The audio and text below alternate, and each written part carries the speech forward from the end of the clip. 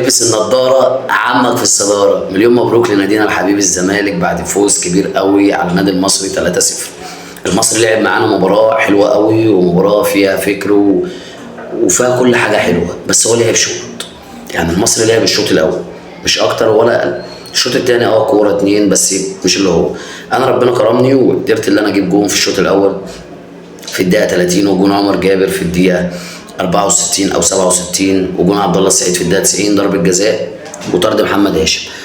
هو اللهم لك الحمد على الفوز مبدئيا، بس برضك في شويه حاجات لمستر فيريرا بعد اذن حضرتك كده. يعني ممكن لو ربنا اراد، يعني انت عندك دلوقتي غياب شيكو بنزا، حطيت عبد الحميد معالي في التشكيل، عمرو ناصر في التشكيل، احمد شريف في التشكيل، احمد حمدي في التشكيل. تمام، يعني اربع لعيبه جبتهم عشان شيكو بنزا مش موجود. تمام، فانت لما ترجع عبد الحميد معالي لو كنت ابتديت بيه مكان ادم كايد ونزلت ادم كايد الشوط الثاني، لان ادم جاي وتعب. عبد الله السعيد وناصر ماهر واحد منهم بره وواحد جوه، ان الاثنين شبه بعض.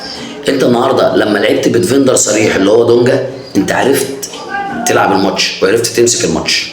تمام، لكن الماتش اللي فات تلعب لي صفر وجعفر، هو ده لاعب؟ ده مش لاعب، اقسم بالله ما لاعب، تعال عبيط. فاللهم لك الحمد طبعا على الفوز، لان الفوز غالي قوي قوي قوي، ورجعني تاني لصداره الدوري. لان بكره فيوتشر هيلعب، فيوتشر لو كسب هيطلع 13 بونت، فيبقى زيه. تمام، فانا كنت اولى بالثلاثه بونت بتوع وادي دجله، كنت زمان 16 دلوقتي اقرب واحد ليا اللي هو المصري بخمسه بونت. انا مفرق، كنت هبقى مفرق. يعني الماتشين اللي انا وقعتهم من ست متوشه اسهل ماتشين في الست متوشه، اقسم بالله.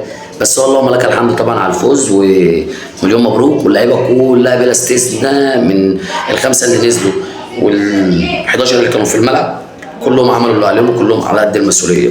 مليون مبروك يا رجاله، ومليون مبروك لنادينا الحبيب. شكرا.